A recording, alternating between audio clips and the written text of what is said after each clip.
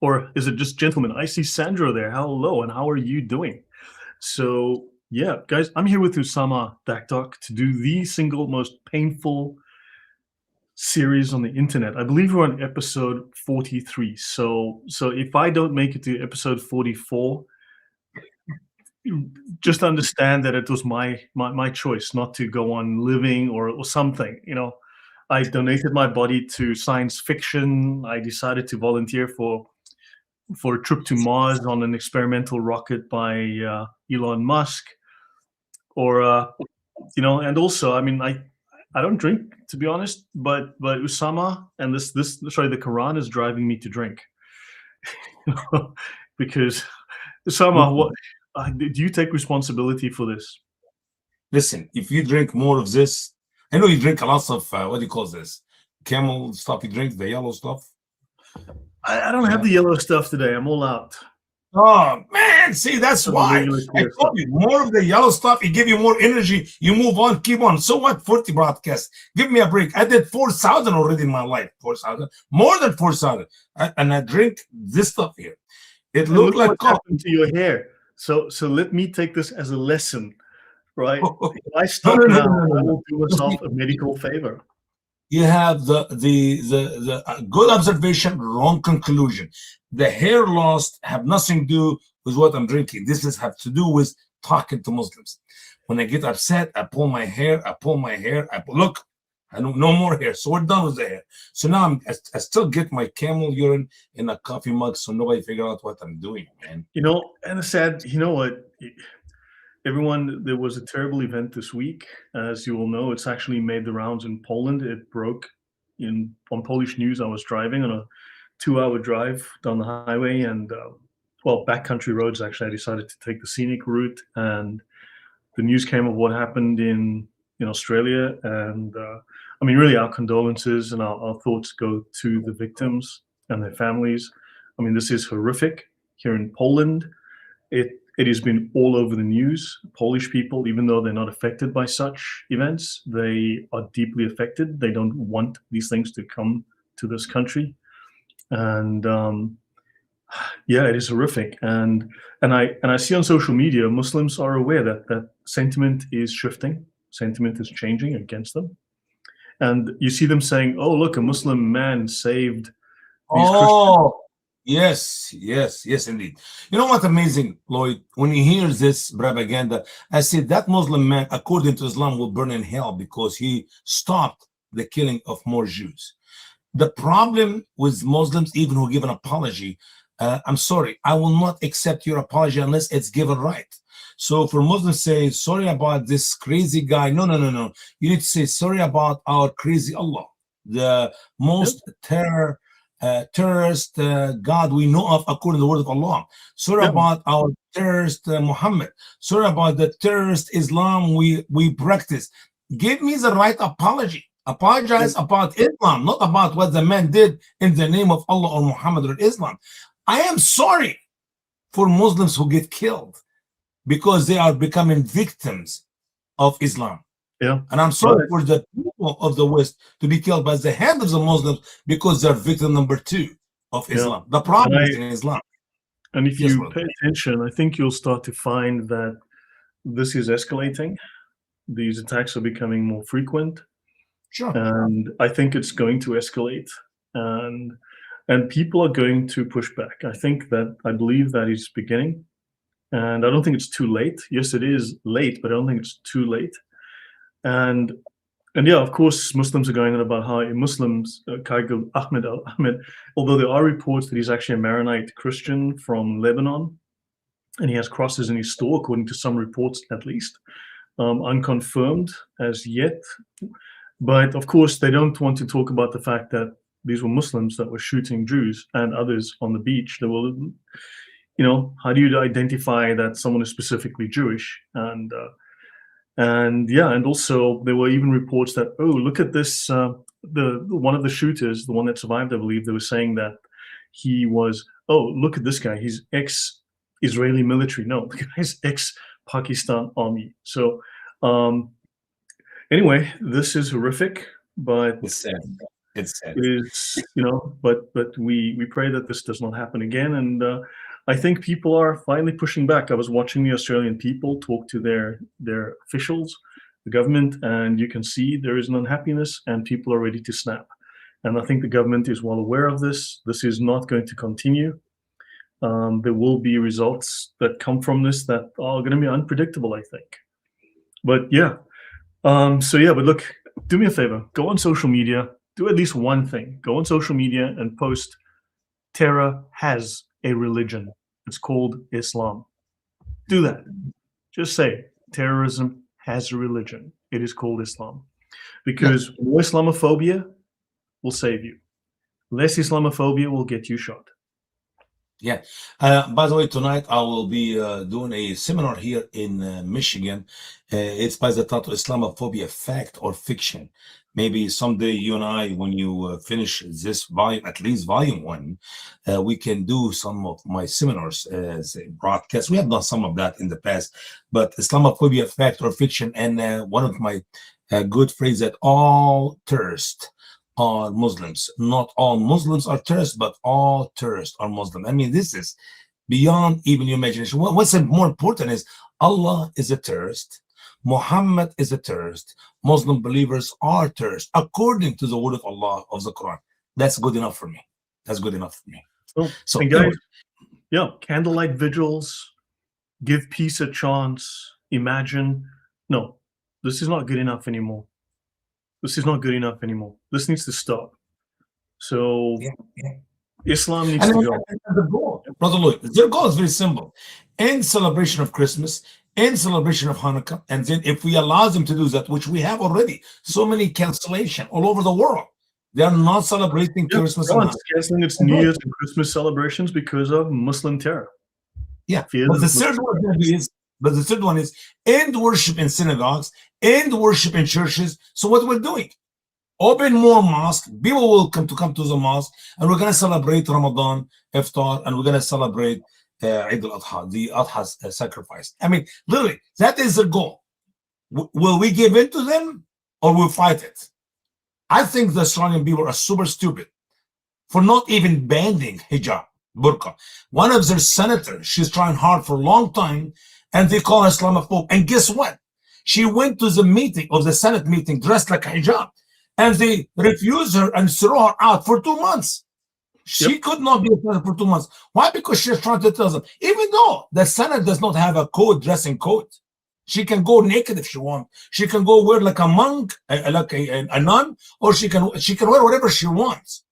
But obviously, the Australian people are the leaders.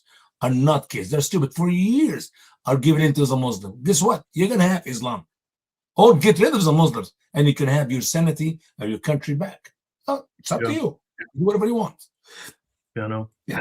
So everyone, Islam is not a religion of peace. It is a religion of violence, and Muslims are ramping up their propaganda because they're obviously facing more pushback. But this situation has to come to a head. And it needs to be stopped. So, and they will not stop until you stop them. And if the government is going to do anything, it's because of sentiment, not always because of voting, but because of sentiment.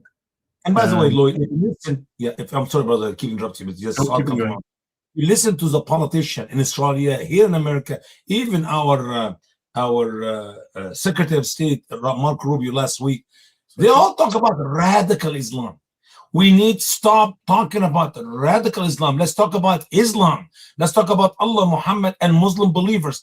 The longer we talk about radical Islam, for sure the Muslim will take over the West. If there is any time left for them to take over the West, it is when the leaders of the West use the word radical Islam. Yeah, radical my foot. There is no radical Islam. All these words are just Islam. Islamism, radical Islam. Yeah, Islamist, political Islam. All these words, Muslims don't have those in their dictionary. Look, it's been 1,460 years. I lived in the Muslim world all my life. Never heard the word Islamist until literally, listen carefully, some Muslim Brotherhood man invented that word. When the radical invented the word to separate Muslim from Islam, that's a big red flag, as big as China. What is Islamist? You mean Allah is not a Muslim anymore? Muhammad not a Muslim anymore? No, Muslim no, people are Muslims not don't Muslim think know anymore? what an What is it? Islamist is. It's a way to supposedly whitewash Yeah, Muslims who didn't commit the crime. You know what? You know what? Sorry, I said it wrong. My thoughts and prayers go out to all of the Muslims who have to deal with people who are angry that people got murdered on a beach. So my thoughts and prayers go out to all these Muslims who are emotionally distressed by Islamophobia because Muslims yeah. murdered people. Please, brother, please. Yeah, Islamophobia is one word. Islamist is another word to literally change the narrative, change the story. It is about Allah. It's about Muhammad. It's about the Quran. It's about the Hadith. It's about the history of 1406 years. Yeah. We're not talking about 146 years. Yeah. 1,460 years history. How can you change that? When you do a textual analysis of Mein Kampf, it's about 7%, 8% of Mein Kampf is about Jew hatred. When you do the same analysis of the Quran, it's 11 to 12%. So it's actually significantly more than the Quran, Sure, sure. you know, and yet Once that book again, we'll is pray for committed, yeah, we pray and for the people. We pray for the people of the earth who will be suffering as second victims of Islam after the Muslims who are already been suffering, not only earthly, but for eternity in hell with Muhammad and Allah, Satan. All right, Rosloyd, I got some of the stuff out my chest. Thank you for letting me get this thank opportunity to. Now, when we this talk makes about, me angry too. This makes me yeah, very angry. And well, Islam is evil. Some religions are evil, and Islam is this an is, evil. yeah, this is righteous anger. It's a biblical anger. You didn't hear me say F this or F that. I mean, some people do that to get some of the anger out of them, but I say, here is the truth. We have a problem with Islam.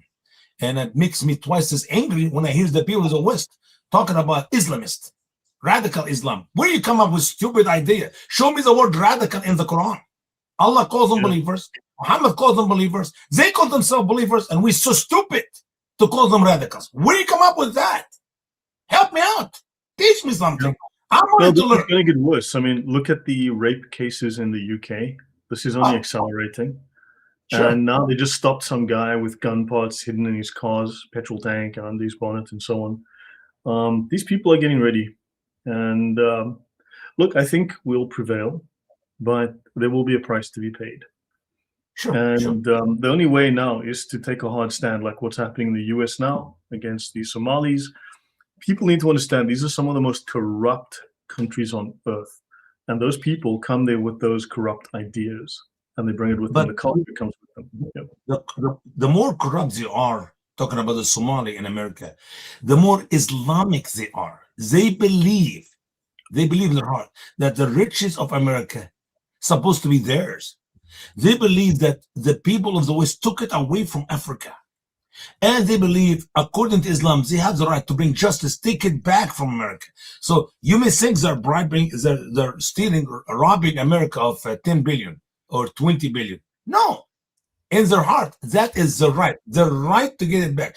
Allah stated that the money of the infidel is ghanima. It is a spoil for it. It's like you fought somebody, you kill him, you take his homeland and money. That's exactly what Allah teaches in the Quran, what Allah teaches in Islam. So Muslims are willing to do that. And it's time for the people of the West to understand, when they steal you, they're not stealing you, they're taking their right. It is their right to take everything we got, including And our life. and this, of course, is also something that's typical of generally of Africans. And I say this as an African because I know the blacks in my country, the tribal blacks especially. But yeah, anyway, there is no sin in that falsehood which benefits a Muslim or removes a harm from him. This is Islam's greatest scholar after Muhammad al-Ghazali, and he wrote copiously and much more so than did the four mujtahids mutlaq. But there is no sin in the lie that benefits a Muslim. So Yeah, understand your Sharia. Understand that if it benefits them, there sure. is. It's very good. It's actually recommended by Allah. It's actually commanded by Muhammad. I mean, this guy, like, this is just your belief, right? This Sif FW, this little Mr. Jihadi here. I mean, there is no sin in that lie which benefits a Muslim or removes a harm from him, right? And Every man should save his life, his property, and his honor by taking recourse to lies, falsehood, Mhm. right? Mhm. And if Mhm. harm is caused more than benefit, so if telling the truth causes more harm than benefit, right, then it may be avoided. So Muslims may avoid speaking the truth. So Yeah. this is just the way it is. To compromise between, okay, well, actually, false speaking is lawful in Islam, right? In Yeah. fact, sometimes lying becomes compulsory. Lying is better than speaking the truth in some places. And this is what it says right here. Now, obviously, this guy, show us where. You see, this is called retardation. Okay, this is from drinking too much camel pee, Oh right? yeah. You're unable to read what's on the screen. But this is what is in the Sharia, all right? You know what? It's amazing. I was quoting some times ago. I was talking about the cutting of the hand of the thief. I was reading Quran chapter 5 and verse 38, and the people I was talking to, where in the Quran this says? I said, I'm just quoting your verse, you nutcase. Quran chapter 5 verse 38. Which part of Quran 5:38 you don't understand? Oh, you're taking that verse out of context. Yep, you misunderstand it. Yes, indeed, it must be. God helps. What is this? We're gonna go No, to we're not Google now. taking out of context. Let's have a look at that. So, for instance, Muslims all want. If you've watched the news, you will know that those Somalis all want the Sharia. So here's the Sharia. This is one of the oldest Sharia manuals. This is the primary Sharia manual of the Hanafi school of fiqh, which is the largest of the four schools. And they speak of thefts which occasion amputation and how to cut off the limb of a thief. So this is very much part of Islamic law. And for instance, if a thief is sick, right? If he's not well, his limb is not cut off until he's healthy, so that the amputation doesn't cause risk to his life. But Man, the look law how awards, so if someone steals 10 dirhams, I mean that's about $3, right? So this is Sunni law right here, and of course this twit here obviously doesn't understand his own Sharia, and of course he is going to lie, right? He's going to lie. That is guaranteed. So, but anyway, and he has to lie. We just saw that he must. But the law awards amputation of his hand. That's for $3 worth of crime, right? So God yeah, having said in the Quran, or Allah rather, if a man or woman steal, cut off their hands. So this is what the Sharia teaches. And Muslims yeah, will lie to you about this whole day, every day. yep. Very And I simple. see, I read in Muhammad's word, the cut in the hand for stealing an egg. I don't know how much an egg was worse in Muhammad days, or a rope. I don't know how much. I know. There is a question: I why a mean, man or a woman steal an egg? So they can collect 12 of them, take them to Walmart and sell them for $2.95, $2.99, or no because idea. maybe he or she are hungry. Why you See, have hungry people in the Muslim world? yeah. Understand Muslims will lie to you. They're required by their law, Allah's law, to lie to you. You can see he says it right here. You have the worst. Your God commanded to cut off women's hands. Now, I've timed him out for 24 hours because we don't need his annoyance here because he's an idiot. He's not contributing anything. All he's going to do is lie and deny. But when do Christians cut off hands? When have Jews done it? We know this hasn't happened for at least, what, 2,000 years or more, right? And They're the going to have to killing, go thousands of years back, yeah, yeah, right? plus Lloyd, they love to go back to the Old Testament when God gave command for the killing of a specific group of people for their sins after God waited patiently for 430 years for them to repent and do what is right. And by the way, the same judgment God put on the children of Israel when they sin. That shows you the dangerous of sin. The sin and the punishment of sin is death. I mean, all over the Bible, from the first sin when Adam and Eve ate from the tree, all the way, it doesn't matter what sin is. These people were sacrificing their own children for the Pollock God. So God said, these people must be annihilated, removed from the face of the earth. And when the Jewish people did not do it fully, guess what? The judgment of God was on them too, because he disobeyed God. Anyway, Yeah. we're not going to get into that. We have a very important subject to teach, unless you want to cover something in that page here. What do we No, have no, here? just so that was so. Just so you know, for the audience, despite the gaslighting, and they will gaslight you, they will lie to you. They are liars. This is Yeah, clear. I think you've just seen the example. and they are required to. They earn reward from Allah for doing so, for defending Islam, right? They're not. They don't see themselves as lying. They are defending Islam, and Allah rewards them. And it states here, amputation. You've seen it. It is very, very clear. It's amputation. So they're going to lie to you about it. And Christians don't cut off hands. This is not part of our belief. We don't have Christian Sharia law, and we have secular laws. And at no point have we been doing cutting off hands. You know what? But when he says that, Lord, they will take the word of Jesus in the New Testament and twist it. When Jesus told the woman who was caught in the sin of adultery, no one condemn you, neither will I. And then they say, oh, Jesus allowed women to live in adultery relationship. I said, no, he's very clear. Read the rest of the verse. Go and sin no more. Which part of go and sin no more you don't understand? Anyway, let's talk about people are intellectually challenged, I think. They're mentally ill with the sickness that's called Islam. Anyway, so Moses, we're talking about Moses. Why we're talking about Moses? To help some Muslims to understand that their Quran is a comedy book. To help Muslims to understand that their Muhammad is not a prophet.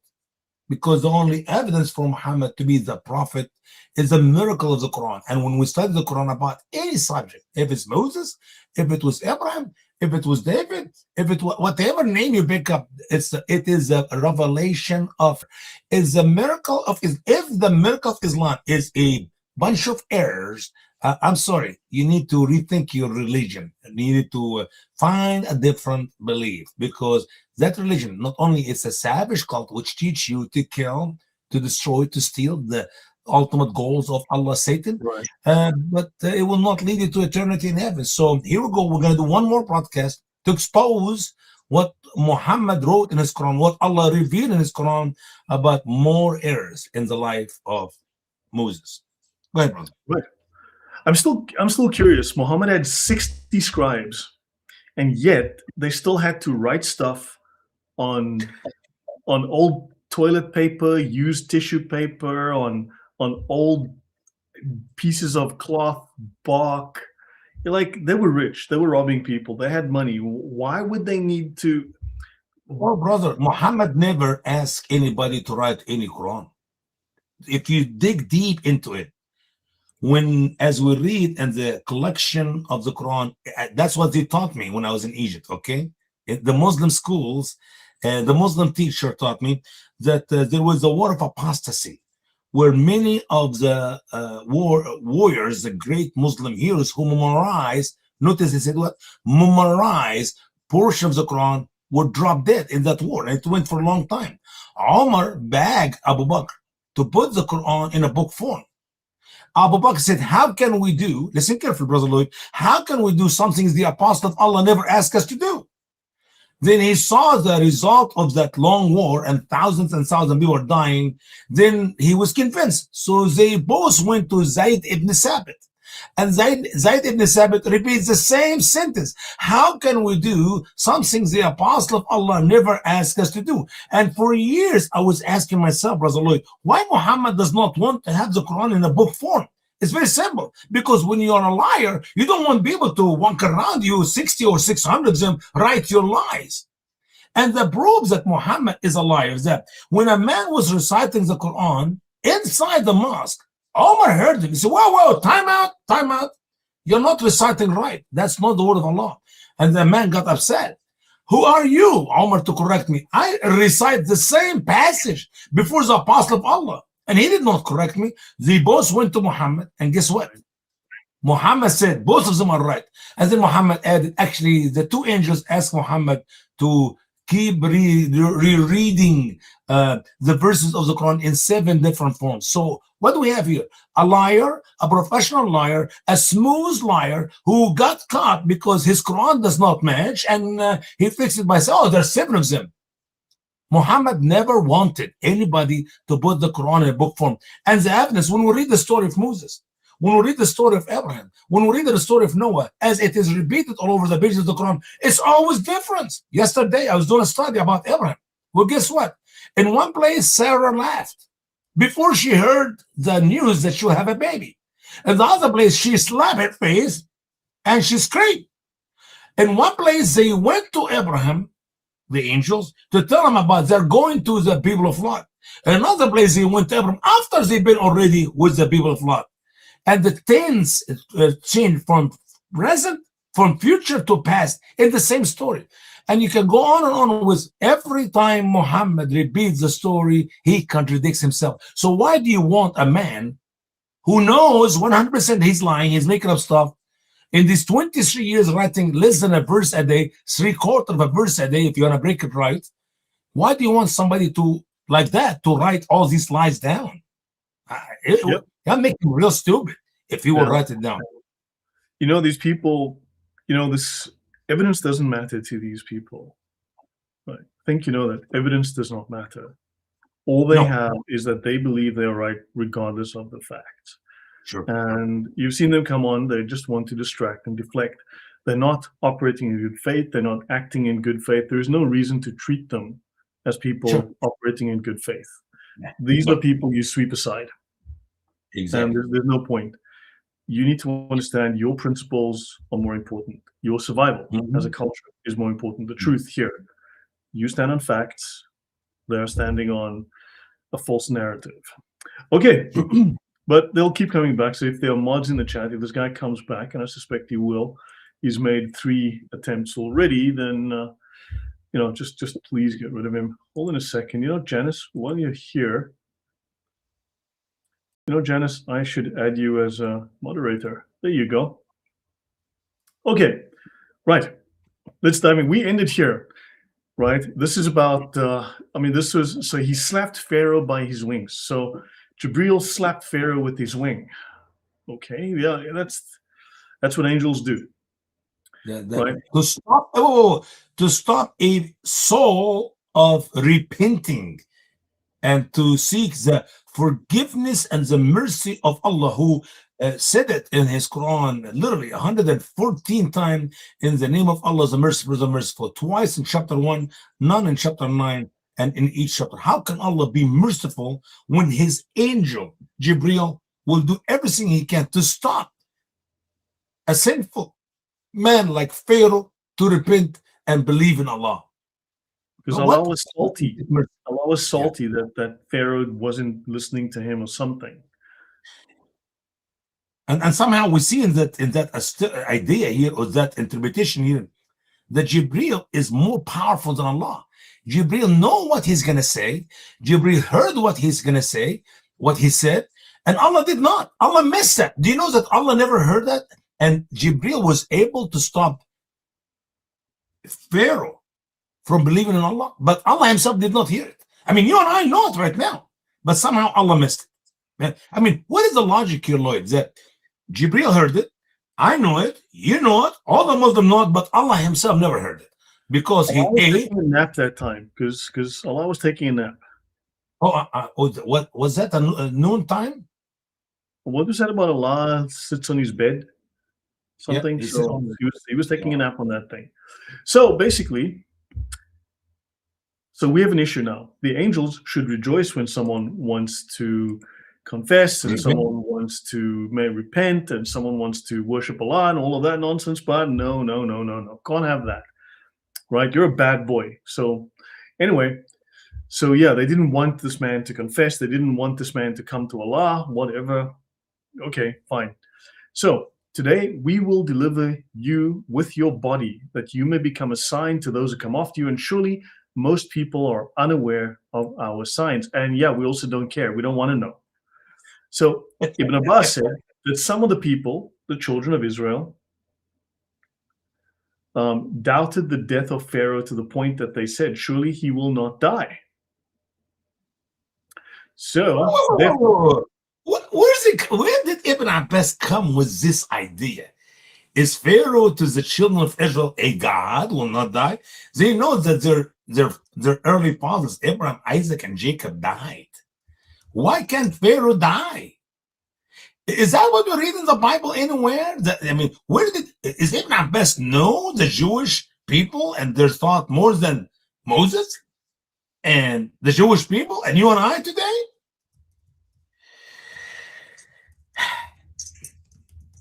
Yeah. great fabricator, Lloyd. These are not, Yep. Ibn Abbas is not a scholar. Ibn Abbas is a small dumber. Anyway, go ahead. Man.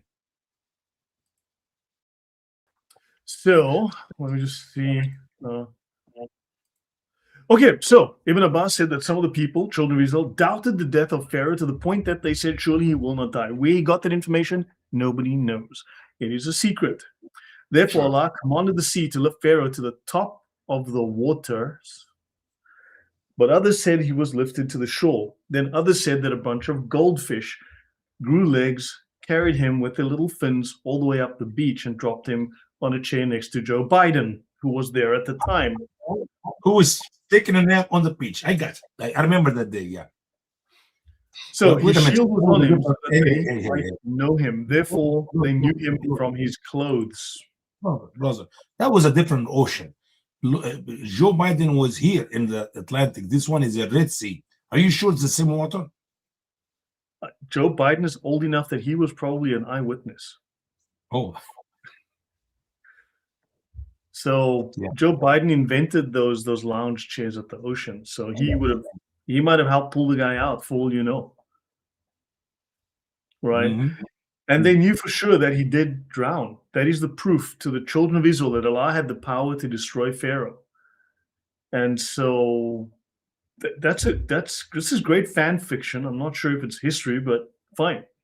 So, questions for Ibn Abbas and Ibn Kathir. What is the source of this knowledge? How did they know that his death was doubted? Where did the goldfish that carried him to the shore come from?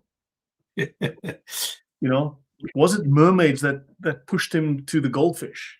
You know, I don't know. So, yeah, this is a way. Whatever. Exodus 14 tells us that when Moses stretched his hand over the sea, the water returned to its strength and began flowing again. So the Lord overthrew the Egyptians in the midst of the sea, and the water covered the chariots, the horsemen, and all the hosts of the Pharaoh. And there wasn't so much as one left, not Pharaoh, no one.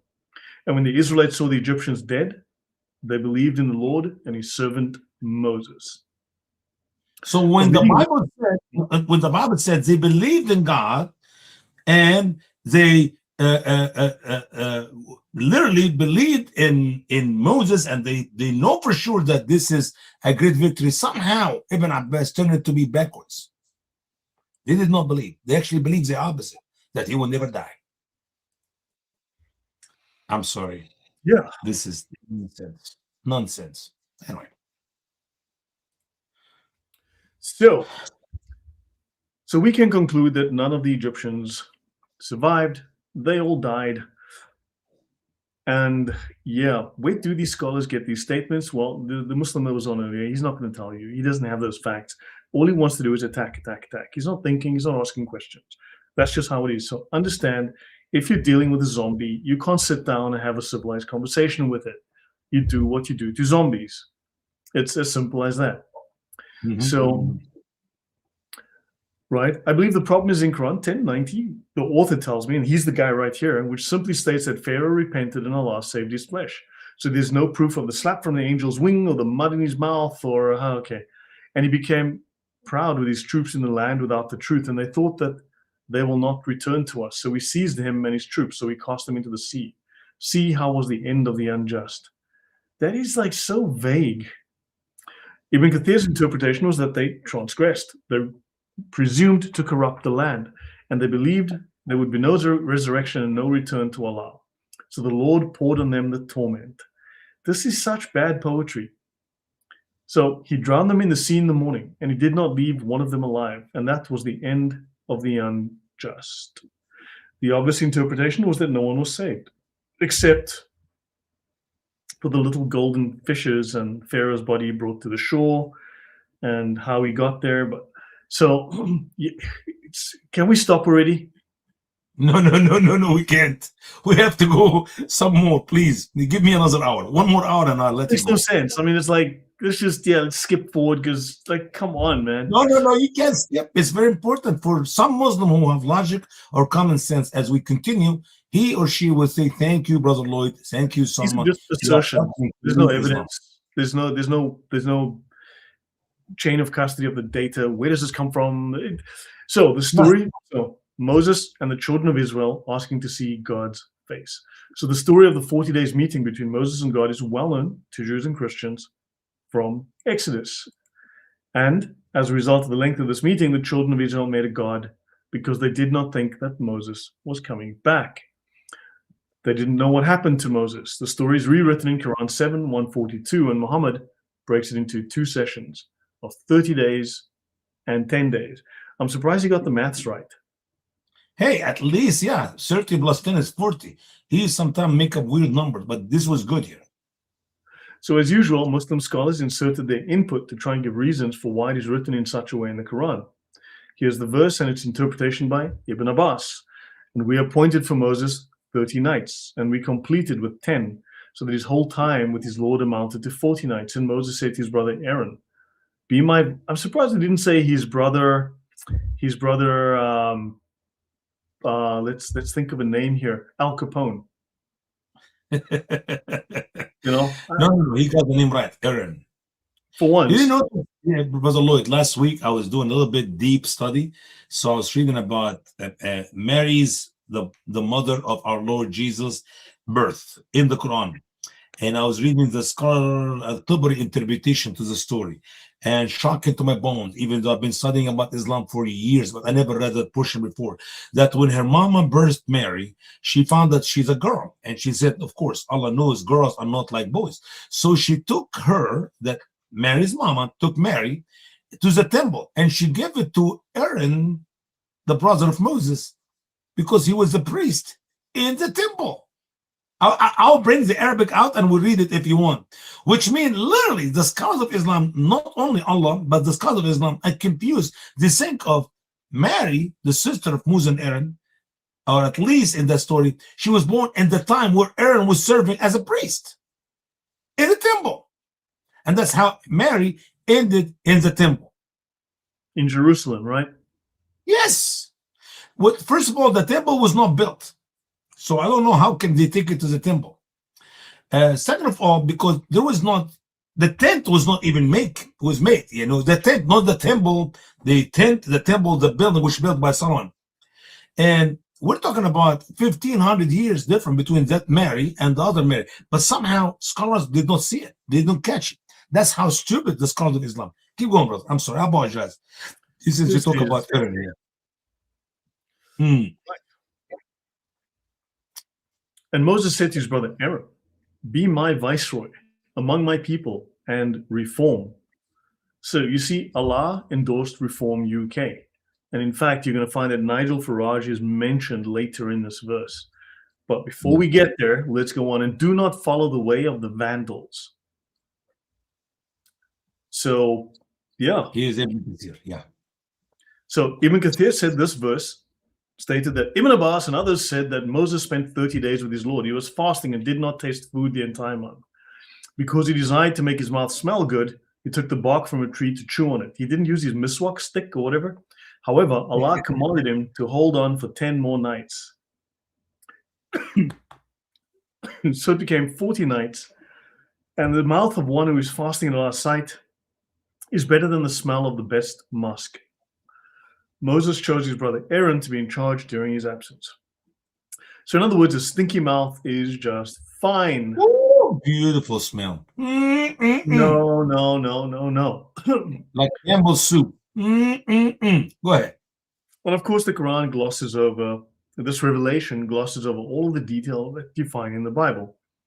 Sure. On the other hand, extra fabrication, which is the opposite of the true account of the Bible, has been added to the story. An example of this is the children of Israel asked Moses to see God's face. So Moses seeks to see God's face. First, let's look at Moses seeking to see God's face in the Quran, 7:143. And when Moses came at our set time, and his Lord spoke with him, he said, "My Lord, show me, look to you." Why do they write it like that? How about like, "Can I see your face?" It's like they try to talk like Shakespeare, but they're really bad at it. Brother, if you read it in other English translation, maybe they'll smooth it for you. Can you go look it up, some other translation, if you don't mind? I have no idea who else translated that way. Can you do me a favor? Just seriously, let's go look at that. I know you complain about my translation, but that's exactly what Allah said in the Arabic language. I can open the Arabic right now and I show it you. Let's see who else translated that way. My Lord, show me thyself, that I may gaze. Well, show me, brackets, that I may gaze upon thee. My Lord, show me that I may look at you. Oh, my Lord, show to me that I may look upon thee. At least those few. Okay. But if you look at the Arabic, no, look, go to the Arabic. قال man, Sorry, let me what go is back up. Yeah. good one.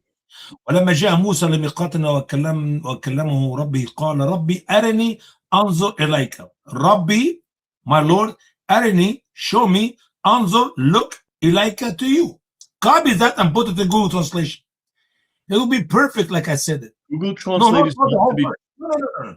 If you take the whole verse, they're smart. The computer know what you're looking at. Just say. Wait till you. I'm gonna, Here we go. okay, brother. If you take the whole verse, it will give you one of these translations. DeepL doesn't do. Google. Bugger. Okay, what I want you to do is, after you put it in Google Translation, I want you to take out other portion of the verse. Only I needed to put the portion which I want to read. Now it's too small. Make it big. Make it big. Make it big. Make it big. Okay. Now let's start from the beginning and take these words out. No. Go to the Arabic. Go to the Arabic and highlight all the way until you cannot read Arabic, of course. No. Okay. Go in the Arabic on the top. Leave the bottom. Leave the. Go to the Arabic itself. Okay. Start from the bottom. No. You're gonna cut. Start from the bottom and go all the way. Keep going. Next one. Keep going. Keep all the way to the end and delete. All the way to the end. Delete the portion. Now we're gonna do something else. Go from the beginning at the top. No, right, left, right, opposite. From here. Highlight. Yeah, highlight. Keep going. Keep going. Keep going. Keep going. Keep going. Keep going. And one more. That's it. That's good. Go back a hair. Back a hair. One more time a hair back. That's it. Delete that.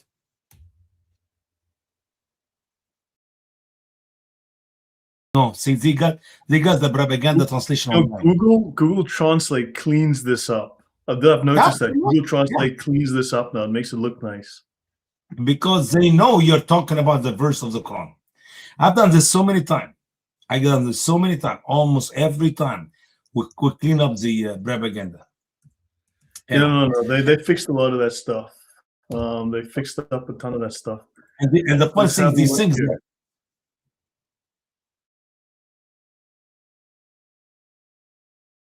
Okay, no. Yes. So yeah, so this has been cleaned up. It's no longer like it used to be. Mm-hmm.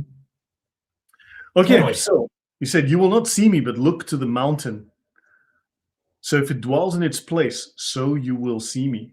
So if the mountain doesn't like move around, get up and walk, go take a smoke break, go have a picnic, if the mountain stays where it is, okay, and we all know mountains can be very fickle. You come there one day, the mountain's gone, you wonder where it is, and it went to visit its granny the weekend. It happens, right? So the mountain, we hope it's going to stay there. So if the mountain stays in its place, you will see me. Then Moses can see Allah. Yeah. Right. So when he's Lord Tajala, it's just like T'Challa. Is this T'Challa? Non-Arabic word appeared. Is this the Black Panther? T'Challa. Click on it. Yeah, click on 75 if you don't mind. Appeared in glory, non-Arabic word of Syriac origin. Yeah. Tajalla. MashaAllah. T'Challa. I'm sure it's the Black Panther.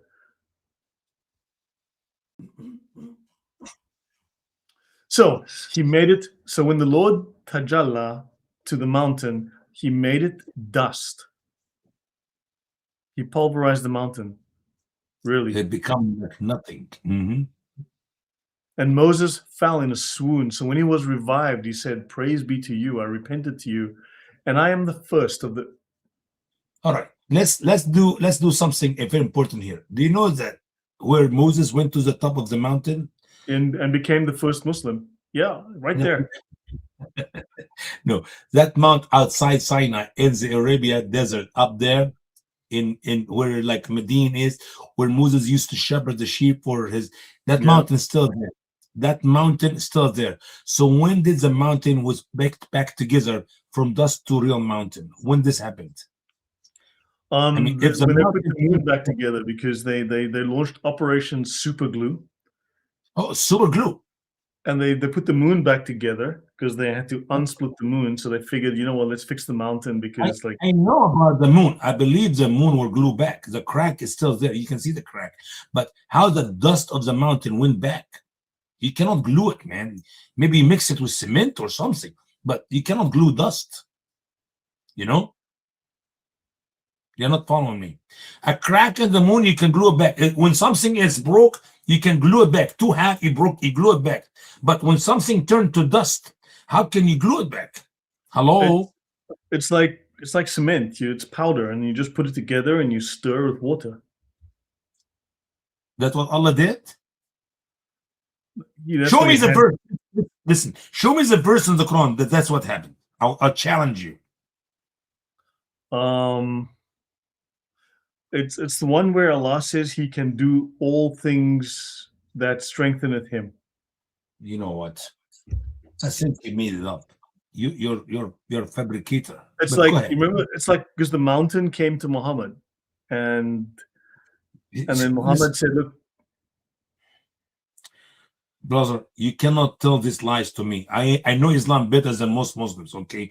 In the Quran, Alexander the Great built that mountain, the barrier between the bad people and the good people, and it's made of blocks of iron and copper.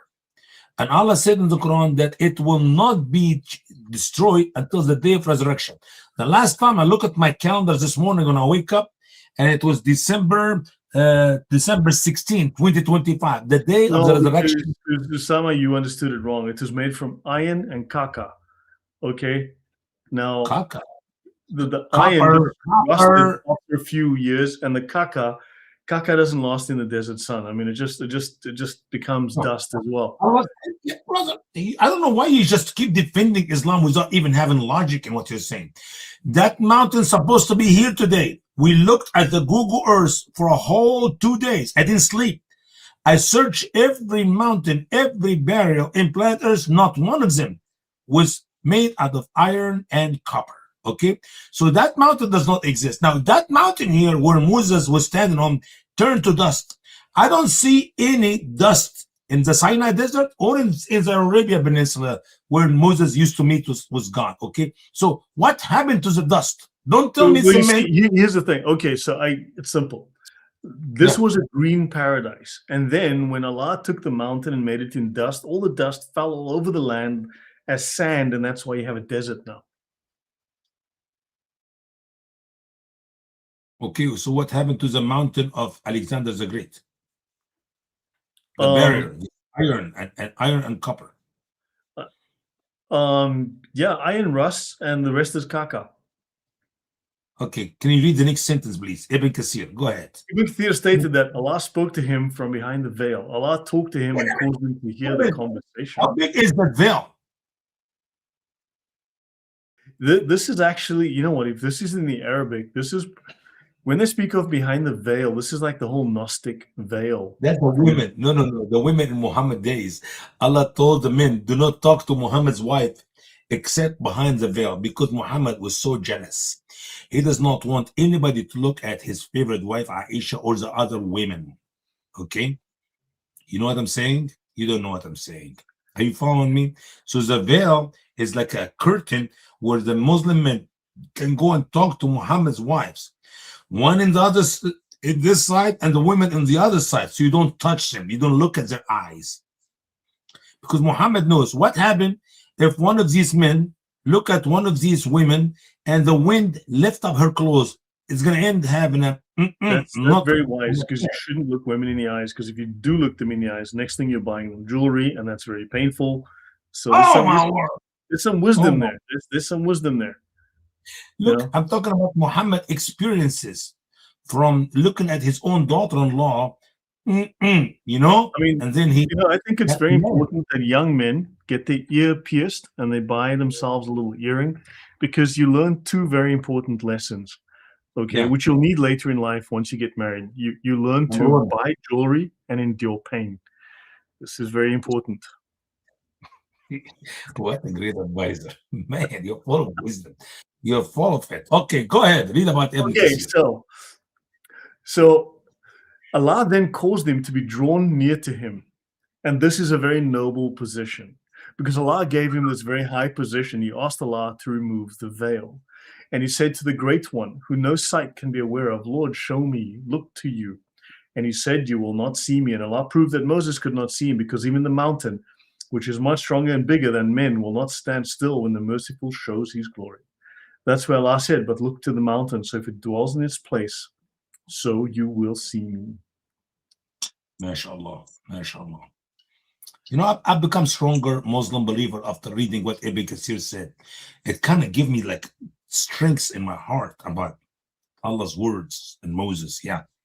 So, So you know what? You know what?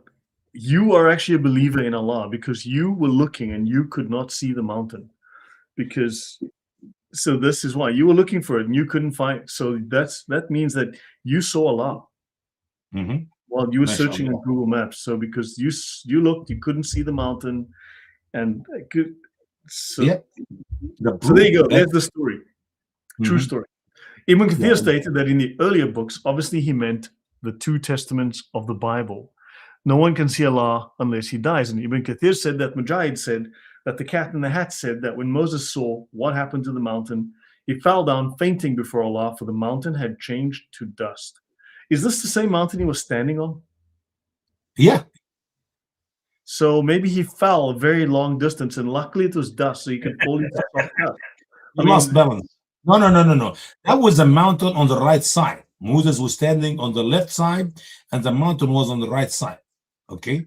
and then maybe like a whale came swimming along through the dust. I don't know about the well. Now you confuse me because I saw that was different story of Moses later. The green prophet and the well. Is that what you're talking about? I'm The I'm one I'm trying to figure out the story here, so I'll that just keep well, working they on. ate half of it and it came back to life and went back to the sea. MashaAllah. We're gonna read about it later. So when Moses was revived, where did they get this from? Ibn Kathir said that this was a proof that he was fasting. Sure, because when you don't eat for 40 days, hello, what do you expect? You're so weak, you fall and you faint, and then a little bit later, you wake up and you find yourself hungry. Where did he get proof that Hello? he fainted? Where does he get proof of any of this to get to the point that, yeah, that's proof he was fasting because he fainted? Yeah, but all the other Listen, details, like how do you get to all the other Ibn details? Kathir, brother, Ibn Kathir is a scholar. You're not. Okay? So don't ask. Don't ask, don't tell. You think Clinton come up with this from empty air? Don't ask, don't tell. Let it go. Move on.org. Right. Go So ahead. praise be to you. I repented to you. He meant that he no longer asked Allah to see him. As for Moses saying, and I am the first of the believers, he meant that no one can see Allah and live. Ibn Kathir said that Muhammad stated in the hadith that no one should prefer me over Moses. Mm. Okay, That's- this is yeah, from Muhammad's humility that he said this. sure. Very humble. Mhm. And it has been abrogated, for he did not know then that he was the best of the prophets, because there is no doubt that the prayer of Allah and the peace of Allah are upon him. He is the best of the creatures. As he himself said, I am the master of the children of Adam on the day of resurrection, and with no pride. With no pride. And the best in a humble spirit. I remember when I was like in the whole Buddhist thing, we Yeah. had to learn to be humble, and I used to ask the guy who was in charge, like, am I the most humble of the students here yet? He said, You know, it would he say yes. So I just got to keep Yeah. working, and eventually I was the number one humble student. I was very And I proud. remember, listen, look, I remember when I was born and the nurse, she was about to cut the cord, between me and my mama, and her Yeah, hand was shaking because she was a young girl. I told her, give me the scissors, give me the scissors. I cut it myself. And I took mom home in the end of the day because mom was tired and I drove her how home. did your I feet remember reach the wheels of the car? Yes, I remember that. It's true story. I did it. I know. Right? No, that's a good one. That's a good one. That's more true than what I'm reading here. So, what about the biblical account from Exodus 33:18? In Muhammad's usual way, he copies from the Bible, but of course he distorts it. No surprise. So there is missing information and fabrication. So the Bible stated that Moses asked God to allow him to see God's glory in Exodus 33:19, and God said he will make all his goodness pass before him. He will proclaim the name of the Lord before him. He will be gracious to whom he will be gracious, and he will show mercy to whom he will show mercy. So God did not tell Moses that he will lead people astray or cause them not to understand his signs because they're not going to believe in them anyway. But God will simply show mercy and grace to those whom he chooses. As the love of God is given to all people, unless you're a Calvinist, in which case, probably not you, you know. Mhm. Um, so is the case with his mercy, and in his pre-knowledge, he knows who will believe and who will reject, but he will never lead anyone astray. Unless you're a Calvinist, in which case God will lead you astray and then punish you for going astray, even though you have no ability to resist God's will, and will be punished for doing evil because you're evil, but God made you do it and you can't resist him, and it doesn't make sense. As for the Yes. Yes. fabrication of Muhammad, that the mountain turned to dust, there is no such thing mentioned in the Bible, except that mountain dust is now called the desert of the Sinai. That dust covered everything, and that's how you got the sign. That's how the Mount Sinai still exists today in Arabia. As to what Yeah. is written in Quran 7, 144, Moses, I've chosen you above all people with my messages and my words. And so Moses was the best in Moses's day until Muhammad came along. So yeah, yeah. Hmm. So Moses. So of course now Moses and Muhammad, right? Muhammad outranks Moses. Muhammad, of course, Sure. outranks Jesus. Listen, listen. The hadith is very clear. When Adam was walking in the garden and he saw it is written in the sky in light, there is no God except Allah and Muhammad is the messenger of Allah. Adam asked Allah, I know there is no God except you, but who is that fellow, Muhammad? He said, are you kidding me? It is because of Muhammad I created you. Allah did not say, because of Moses I created you, because of Isa I created you. It's because of Muhammad. The reason of the creation is Muhammad. And you try to tell me Muhammad is not the most important human walk on the face of the earth? Come on, man. Truth. This is the truth. You can handle it. It's up to you. But besides that, child molester, sex offender, prophet, pretender, woman, other adulterer, thief, and thug, and test Muhammad, there's nobody else important than him. Keep going, man. Yeah, no, yeah. So the honor that he was given is proven by Muhammad's ascendance or ascent to the seven heavens, and he was above all the messages and all the prophets. So we'll do that Mhm. on the section Muhammad and show that the Yeah. story of Muhammad ascending to the heavens is also a big lie, because he went to the mosque in Jerusalem when Jerusalem wasn't conquered yet, and there was no mosque. And so how did he go to whatever? As for the saying, so take what I've given you and be of the thankful.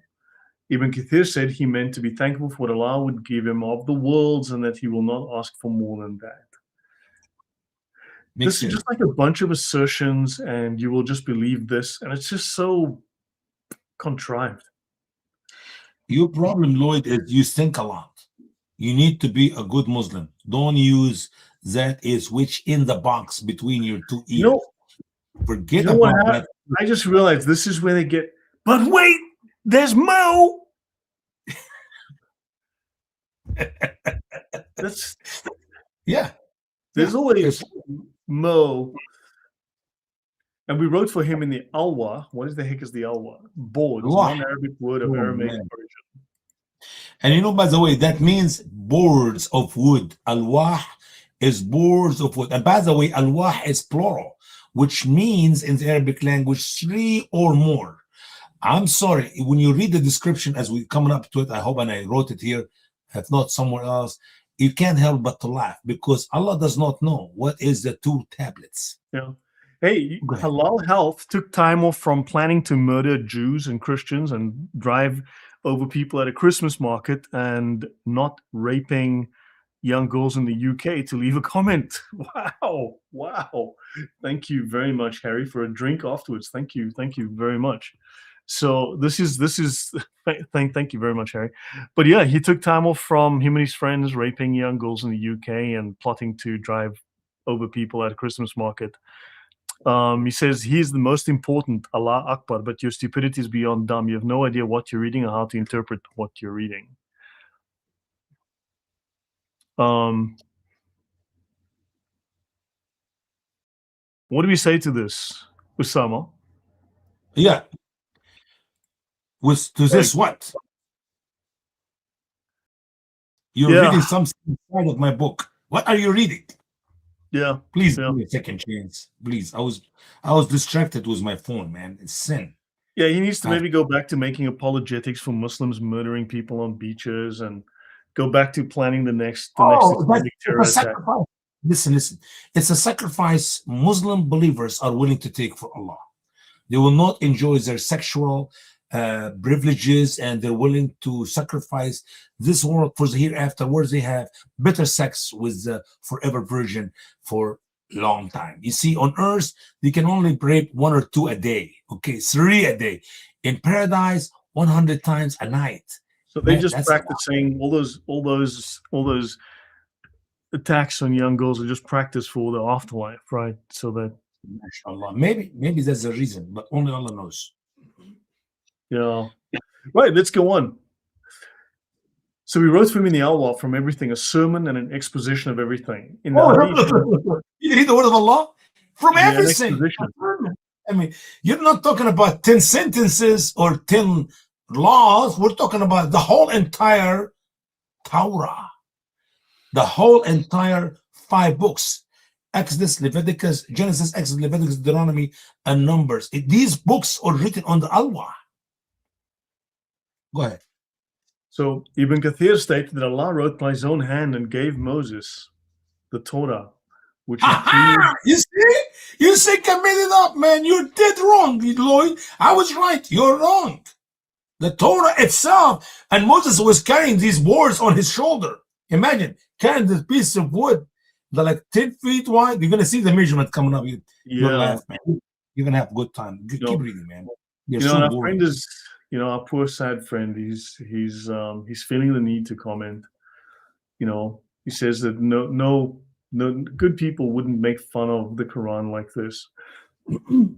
I mean, look, we all know Muslims are people of the religion of peace, because if we were doing this in Arabia, we'd be dead now because Muslims would murder us. Same in Pakistan, Bangladesh, Afghanistan, and a bunch of places.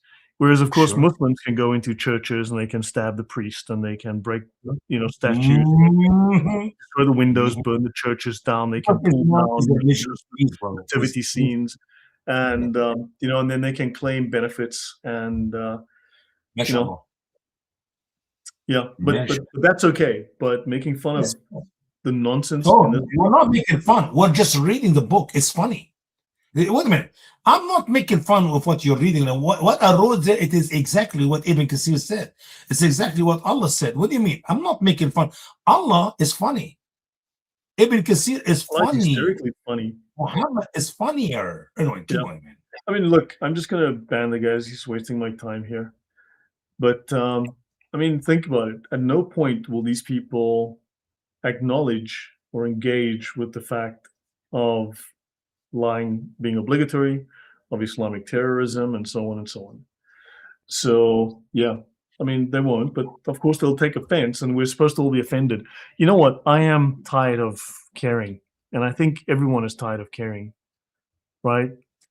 Everyone should, those people in those countries afflicted with this problem, get a Quran, burn it. I don't know.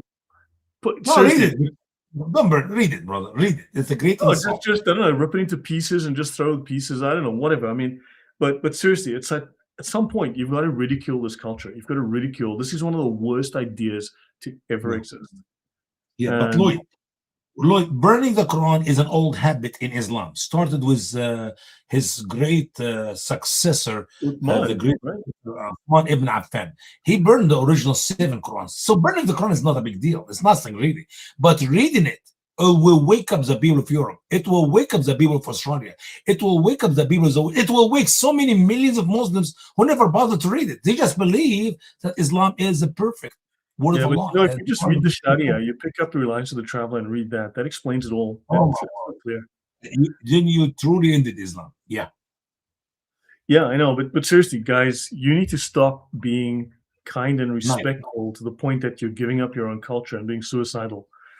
Ah, yeah. Okay, so I'm sorry, but I'm from Africa, and I mean, I've got a But little I less. am from Paris. I was born Right? in Paris. No, I'm from Africa too, man.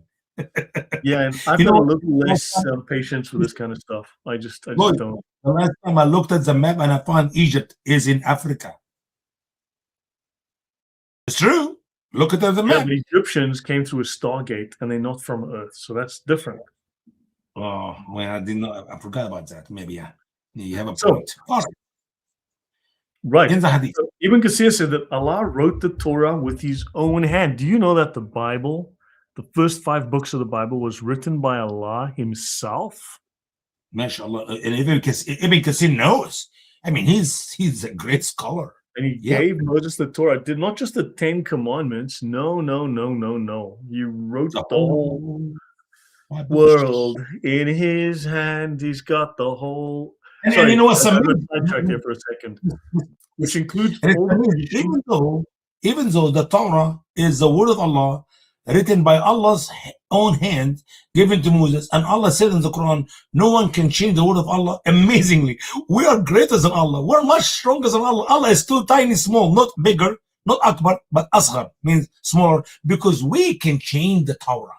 We did change the Torah, and that's how we know for sure that Yeah. Allah is not good. Allah is not strong. Yeah. Even though he wrote it by his own hand, but Yeah. some of our ancestors destroyed the Torah, man. We And proved that Genesis, Allah right. is not. Yeah. Sorry, yeah, you're right. I mean, Allah is confusing.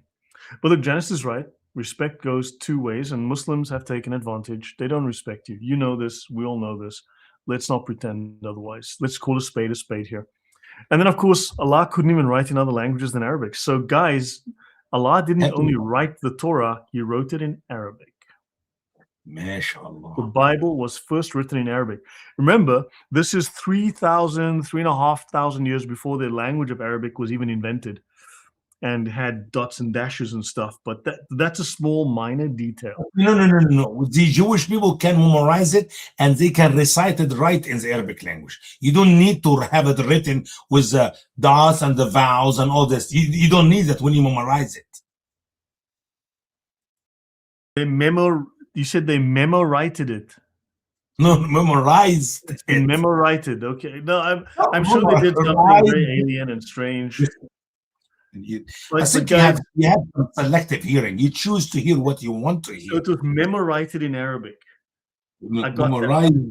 Memorized it. You can say it from memories. MashaAllah. Can you read what Ibn Kathir said, man? You keep lying about Ibn Kathir. You keep lying about me. I mean, you're looking at me and you're lying. What? I'm trying to make sense of the story. So notice the word alwa, according to Arabic grammar, is plural and means 3 or more tablets. I'm going to have to take a lot more than just 3 after this, with a stiff shot of whiskey at this point. Unless these boards were so huge. These boards was as big as Asia. Okay, go ahead. Unlike English grammar, in which the plural meaning is 2 or more. In the true account found in Exodus 31, the 10 commandments were written on 2 tablets. Notice that the tablets in the Quran version include not only the 10 commandments, but also the whole Torah and a bunch of other things. So the word alwa also means wooden boards or planks, not stone as described in the Bible. That's a problem, man. I wish I can have a Muslim to respond to that. I really, you know what? For all these years, I wrote that book, I don't know, 15 years ago. But for all these years, I'm expecting some Muslim to call me and say, let me explain to you your mistake here, Mr. Dakdok. You were wrong. The truth is this. And I know a lots of Muslims bought my book. I mean, when a guy ordered my book here, and his name is Muhammad or Ahmed or Ali, who live somewhere in the world, I know they have read it. I mean, or why they're buying it? Have any Muslim have the knowledge to help me out, explain to me these errors? No, but I can explain. You see, the thing is, the great sacrifice of Allah was that he didn't take his meds.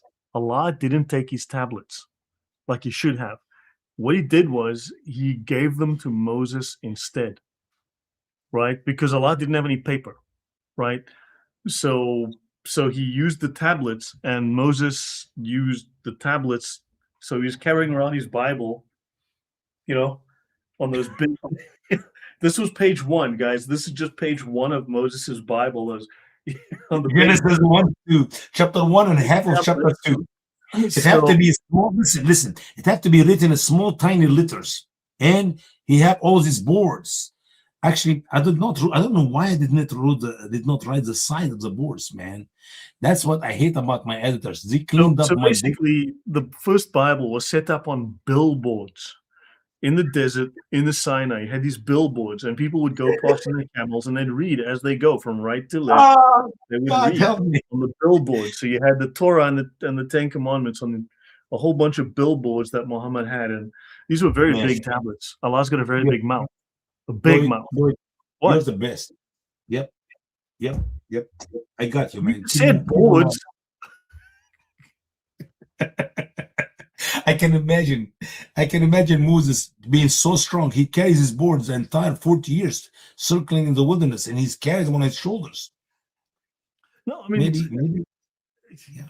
So basically, as you went past, there was Allah's message to the world, and it said, "I apologize for the inconvenience," written on the tablets or something. I don't know, but but these tablets were made from ajwa dates, and they could cure anything, and people would eat them as they went past. They were like gingerbread houses, but Arab style ajwa date houses, and people ate them, and now they don't exist anymore. They're gone. Yeah, and so I think my story makes a lot more sense, to be quite honest. And it's a closer to this, but it does not make sense to me. I'm sorry. And here, for instance, take it with strength, okay? And so Allah said, "Look, take these tablets, call me in the morning," okay? With strength, and because look, I mean, think about it. You don't get tablets with strength anymore. You can only get extra strength, super strength, double strength, triple strength. Allah, but he gave tablets with strength. But now humans have improved upon that, and we have triple strength tablets. Listen, if you don't stop making fun of the word of Allah, the curse of Allah may harm you. You have to believe it and accept it and read it, not make fun of it. I'm advising you as a brother in humanity. You're so quiet now. You're getting nervous. Okay, so take it with strength and command your people to take the best part of it, and I will show you the home of the best part of it. Okay, is there, then Allah said, take these tablets, and I will show you the home of the cross dressers. You sure it wasn't trans dressers? By stating that means. But look, I'm talking about something important, really. When Allah said about His word, the best of it, you know what that means? That means there's some part of the word of Allah is not the best. You just, yeah, not the best, but maybe there's some bad words or not important words or. Look, okay. I'm doing my best. I can tell you that I am doing my best. Okay, but how can Allah's word have the best of it, not the best of it? How does this work with the word of Allah? Well, Allah did say that He will show Moses the punishment of those who disobey and who are calling His messengers liars. So, all right. So, finally, Ibn Kathir closed this session, thank heavens, by simply interpreting the following verse in Quran 7:146. I will turn away from my signs those who are proud of the earth without the truth. And if they see every sign, they will not believe in it. And if they see the way of guidance, they will not take it away. And if they see the way of error, they will take it away. This is because they denied our signs and they were unaware of them. Hold on, but if they see the way of guidance, they will not take it, but they were unaware.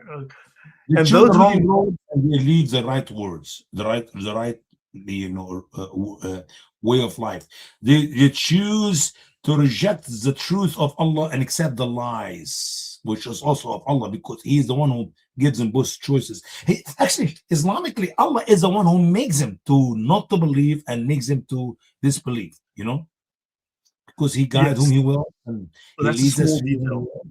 Yeah. And those who denied our signs and the meeting of the hereafter, their work will be in vain. Will they be rewarded except for what they are doing?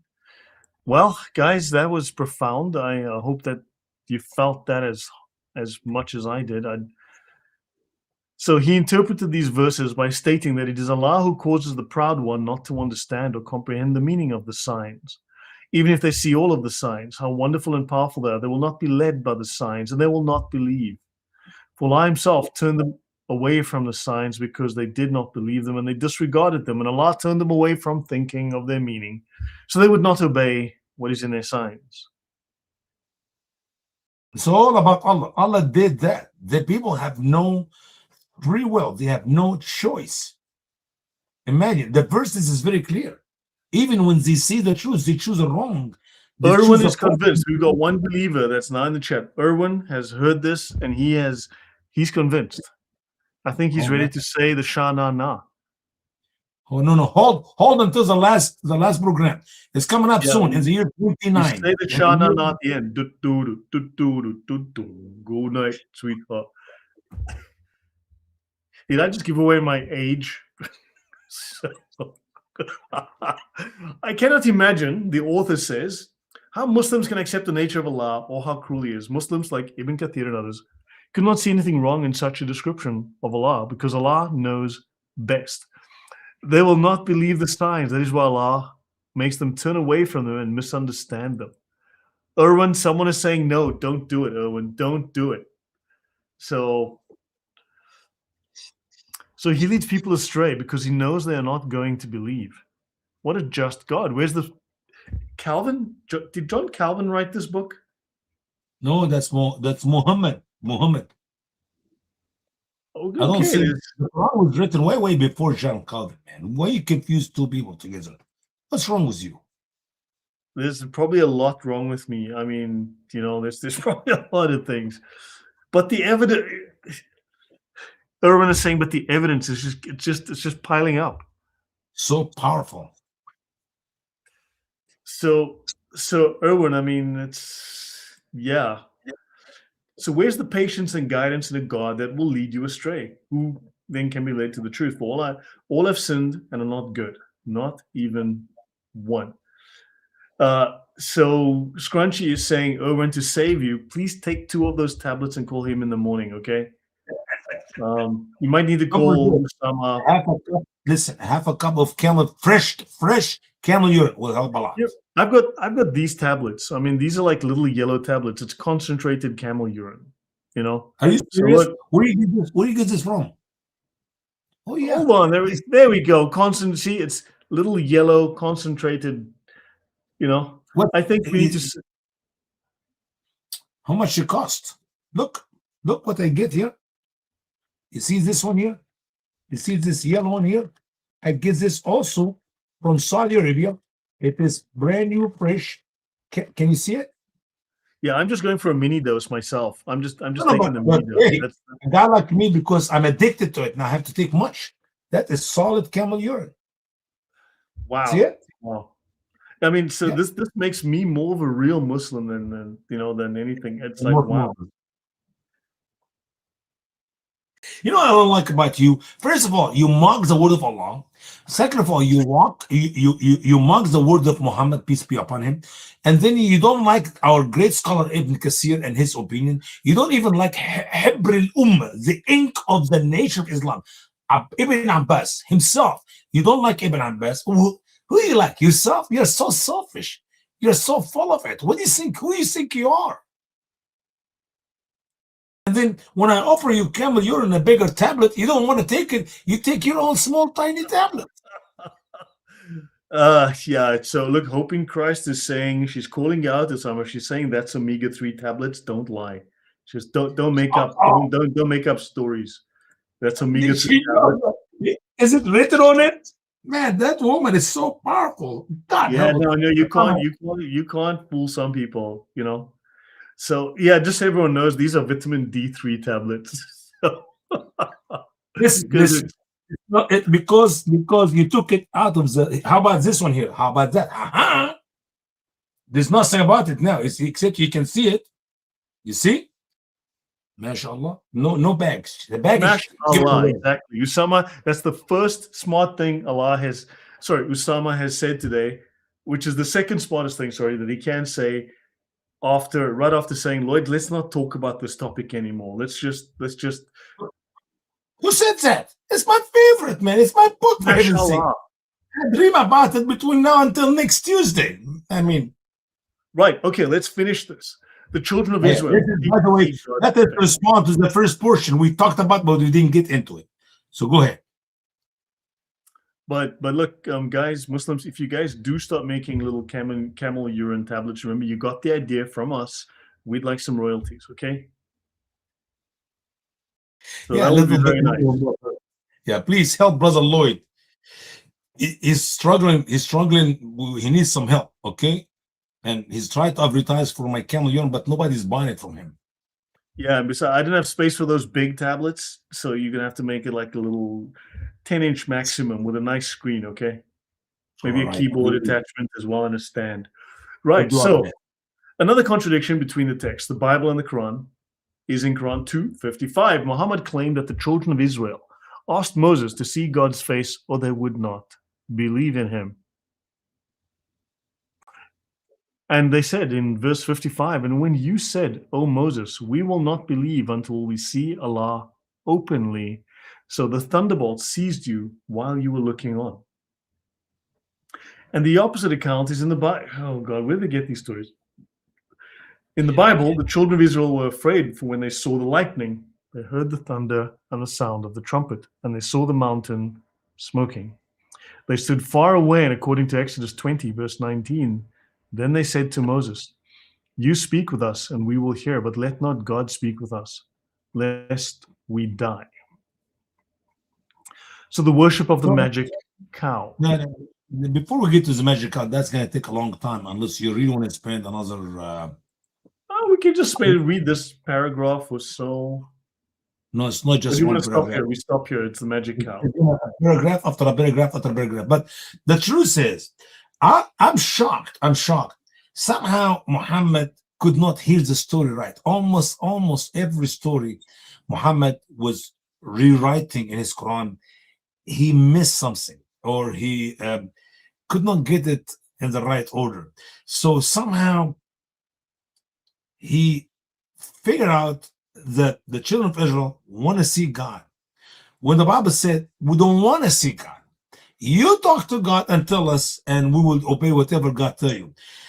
I'm trying to find out, Brother Lloyd, how can Muhammad got it that wrong? I mean, do you think, just use imagination with me, do you think the Jewish people were telling him the story wrong on purpose to trick him? Remember now, you read in the Bible, and it's true now. I'm not being sarcastic. I'm very serious. The Jewish people always used to go and ask Jesus questions until Jesus, in one day, he puts them in the corner and he ended this play games. He said to them, "Who is the Christ?" They said, "The Son of David." He said, "If he is the Son of David, how can David call him Lord?" When he says, "The Lord said to my Lord." And the Bible clearly said from that day on, they never talk to Jesus again. They will never try to trick him again with any question. So I think it is in the nature of the Jewish people to ask questions, to investigate, to trick. They're so wise. They're so smart people. They're sneaky people, okay? So I'm thinking, Lloyd, and you correct me if I'm wrong, that the Jewish people used to go to Muhammad to trick him. So they will ask him questions. Let me give you a good example. Remember one time Muhammad talking about the flood of Noah, and he said that all the people drowned. So the Jewish will say, oh, no, no, no, no, no. There was a man by the name Achan. We talked about that when we talked about Noah in the Quran. People can go back to program number 15 or whatever, 17, whatever. Anyway, and they said that man was 3,333 feet tall. Therefore, the water stopped at his chest. He used to catch fish, remember, from the bottom of the sea with his hand, and he used to cook the fish up in the sun. He raised the fish or the whale up to the sun, and he cook it and he eat it. Okay. So Muhammad responded, said, that's not true. So why is that? He said, because Adam was the tallest man, and he was 60 cubit tall, 90 feet. So this is a trick Muslims are doing with Muhammad to make him say something stupid. A little bit later, they make fun of him. So do you think this is the case here about Moses? Oh, with the two Jewish people talk to each other. I'm just using my imagination. And one of them said, let's trick Muhammad. Yeah. So they talk to each other. And Allah, and Moses told Allah, I want to see your face. Let me see your face. And they're talking about the story in the Bible. So Muhammad copied and put in the Quran. Or the children of Israel, they said, we will not believe in you, Moses, unless we see Allah face to face. That's the same thing, you know. And Muhammad, he hears the stories and he put it in a poetry form and he write it in his Quran. Because I mean, why give me another reason why Muhammad misunderstanding that which is written in the Bible? Those who helped them to rule the Quran, someone must have given him bad information. Someone fooled him. He believed everything. They were making fun of him. Yeah, I mean, Satan throwing words into his mouth. All of this. I mean, it's Brother Lloyd, I know that Allah is Satan. Don't take me wrong, but I don't think Allah is that stupid to make Muhammad write in his Quran that the earth is flat, when Satan knows it's not flat. Okay, I mean, in the book of Job, he said this: the one who sat on the circle of the face of the earth. I mean, the Bible declares the earth is sphere long time ago before. So, and Satan can see it. I think they were tricking him. They would give him wrong information to see if he would put it in the Quran. Yeah. But that's my point. I think so. Look, all of this, and also, I mean, they didn't understand, they didn't know, they couldn't read, right? They're supposed to be literate people. So it's all of the above. It's just a combination of errors, and once it took on a life, once it started, it just took on its own momentum. Yeah, I think, he must have been fooled. I mean, people. but this would be something interesting to show people. We'd like to thank each and every one of you for being such a greasy audience. And you remember this, Usama? We'd like to thank our sensational guest star, Miss Rita Moreno. I cannot wait to tell my friends that I don't know. They're going to be amazed. Rita Moreno.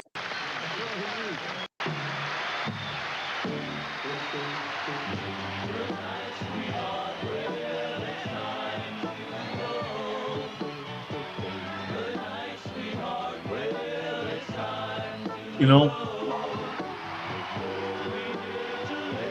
it's my favorite song, man. You educated me. You know the Shah na na. Now we all need to say that when Muslims say come to a mosque, you got to go do do do do do. Good night, sweetheart. Yay. You know, we just got to tell them, look, sorry, no, but I got to go watch Shah na na now.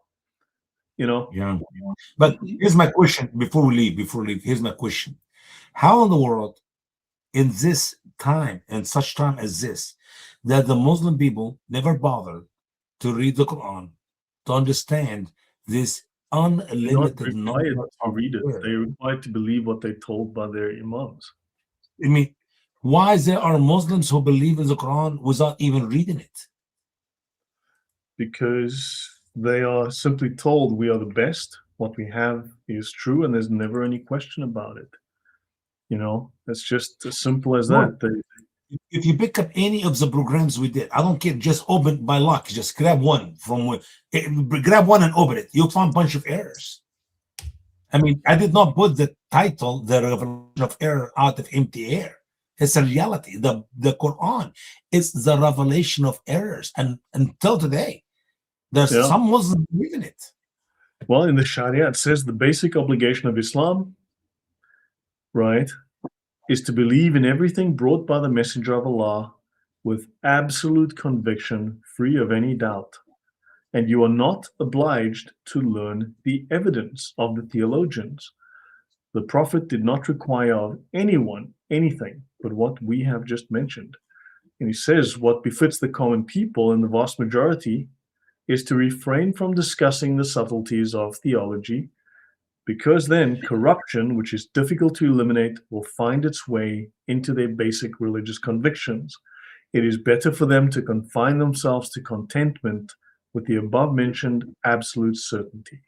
And don't forget, they are not So, allowed, you're not obliged to learn yeah, evidence. so in simple words, Islam is a blind faith. Very much. Yeah. No So, logic, no common sense, no understanding, not even studying, not no, it's investigating. meant for the imams will take care of all that. You just do what you're told. You know what I found And out from brother? Yeah, and you know what I found out from brother Yusuf, my wonderful brother from Saudi, that even the imams learn it from the other imams, and the other imams learn it from the other imams. I've had, So where you back it up, where you get to some place and say, here is where we know that what we have is the truth. man, it's tough because I've had run-ins with imams and seminary students on social media, and I can run rings around these people on their own doctrines. Right? My expertise is not the Quran. I mean, I know the Sharia pretty well. I know some of the other, the Sira and so on. I can run rings around these people because they don't get questioned. And it's only here in the West that they get questioned, right? It's only here in the West and we have learned, people need to understand, be confident. We know Islam in many ways better than most Muslims. And we're not sitting with propaganda, we're sitting with the facts. And you have the power, if you speak up, to change perception, to change reality here, right? Because Amen. you have it within you. You know, you have enough knowledge. We're not stupid. 10 years ago, good grief. If you look on social media, how much people know about Islam now versus just a few years ago, my gosh, it's incredible. Everybody has a Brother, PhD in Islam today. It's crazy. yeah, So, unbelievable. 20 years ago, when I was doing PAL talk in the Arabic language, I don't remember I've seen two people spoke English on the topic of Islam. 20 years ago, and I was sick in my stomach. You can ask my wife, she's still alive today, and you can go and talk to her. She'll tell you Usama will be begging some Americans to learn the truth about Islam so they can share it with the other Muslim, because I know when I spoke the Arabic language, only 13% of the Muslim can understand me. If they will listen to me, majority of them do not have access to the internet 20 years ago. But every Muslim in the world speak English. You can catch more Muslims with the truth about Islam in the English language than in Arabic. You cannot. And that's yep. why so many, when the early Americans or foreigners who speak English start asking me, should I learn Arabic? I said, why? Well, so I be a scholar. You don't need to learn Arabic. You don't need. Majority of Muslims don't speak Arabic. If you talk about 80+% of the Muslim do not know jack about Arabic language, what do you need to learn? Do you impress them by speaking some words in Arabic, like some of the imam from Pakistan or Bangladesh? They don't speak 2 words in Arabic, but they use few words in the Arabic language, like some Yep. preacher use some But also Hebrew another thing, or you're Greek trying to word. talk, you're trying to Tremendous. talk to your own people, to the audience, not necessarily, you're not going to change these people who are so invested in their false beliefs. You want to talk Yeah. to the people on the sidelines, your own people that they are trying to reach. You want to reach the people they are trying to reach, and you want to send across a better message. So, I mean, this is just how this is. But look, we have the knowledge. Get on social media, speak up, talk to the people in your circle. You know what? And let me say something else about knowledge, Brother Lloyd. Years ago, you have to buy a book, and the book is not available, and you have to read the book. Now you just use your finger. You touch your phone, and you can talk to your phone about any question about anything about Islam, and your phone will answer you back.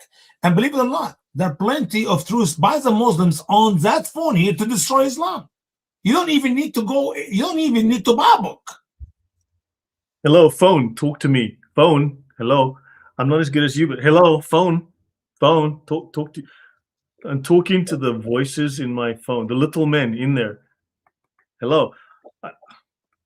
I'm not as good as you, so I was touching and I'm talking to it, but I'm gonna figure that out later for sure. Listen, if you have AI on your phone, you can ask any question. You can Google, you can ask any question. Listen to this. Yeah. Where in Guys, the yeah. Quran can I found the verses where Muhammad commit adultery? Blah blah. Yeah. Okay. Exactly. I found that for where in the Quran can I found the verses one Mohammed. Okay, you got the idea? It Yeah. is there. You can go to any AI these days and you can ask it smart questions. Yeah. Yeah, and they do get upset when you know more than them. But look, that's a normal problem. Look, stop caring about being called racist. Stop caring about being called a bigot. Stop caring about being called an Islamophobe, a transphobe. Tell these people where to get. You're absolutely right. That will not help the Yeah, Muslim. tell them, That will not thanks, help you. but no thanks. Yeah, that's true. It will not help anybody, neither the Muslim nor you. So why you live with the stupidity of political correctness? I said Yeah. it years ago, and I repeat it today, Brother Lloyd. Political correctness, it is a shovel you use to dig your own graves and your children and grandchildren graves. Yeah. For no reason. There's no point of it. Yeah. Yeah. So guys, really, I mean, to be honest, better than the Shahada is the Shah Na Na. Yeah. Should we say the Shah Na Na to end off with, Usama? No, we're gonna close it in the year 2029. That's 4 years from now when we do the last Hey, but page. let's not stream all the way through. Let's take a break between now and No. 2029. No break. No break. No, we're gonna keep going. We're gonna keep going, man. What if I die next month? What if I die next week? We have to keep going. I would send flowers, and then I'd go to my calendar and I'd look at Tuesdays, and Be thankful to the Lord. I would have mixed feelings about my Tuesday evenings for sure. I know you are the first one who are gonna enjoy my death. Now I don't have to do that nonsense. So guys, Tuesday. are you going to be back on Tuesday? We're going to have, as Hope in Christ says, Usama GPT in the house. we have a lot to learn. So shall we say the Shah Na Na and then call it an evening? And Shah goodbye now. Shah goodbye until we meet Yeah. again. so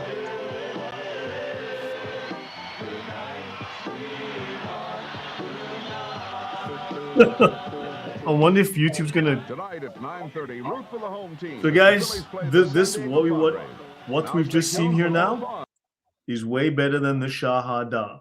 The Shah Na Na is a lot more entertaining, a lot more fun, a lot more real. And yeah, Usama GPT, that was fantastic. God bless you. Appreciate it. Thanks a million. So good night, sweetheart. Good night. God bless everyone. Take care. See ya.